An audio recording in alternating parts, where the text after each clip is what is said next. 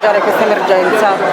Intanto voglio ringraziare tutti, cominciando a Vigili del Fuoco, e chiarire che il danno è assolutamente circoscritto, che abbiamo chiuso l'aeroporto soltanto per ripristinare condizioni assolute di salute, non si è fatto male assolutamente nessuno, quindi voglio assolutamente tranquillizzare perché sembra che ci sia stato un rogo che ha colpito l'intero aeroporto, è assolutamente falso.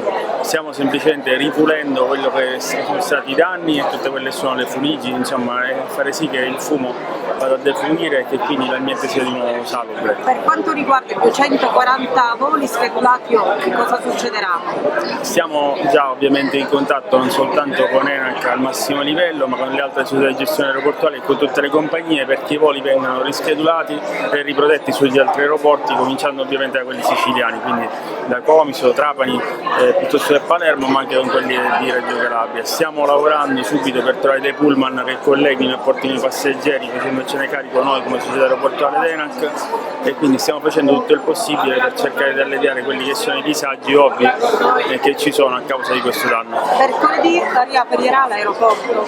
Io mi auguro proprio di sì, io spero addirittura prima, però dobbiamo valutare, lo stiamo facendo, siamo qua da ieri notte, di verificare che tutto quanto sia in ordine e che ci siano le massime condizioni di salute, ma ripeto, ribadisco, non vorrei sia ingigantita una cosa che è stata assolutamente coinvolta una piccolissima parte dell'aeroporto, nessuna parte infrastrutturale, e per carità non significa che non sia stata una cosa antipatica, ma ripeto, e soprattutto grazie a Dio non si è fatto male a nessuno.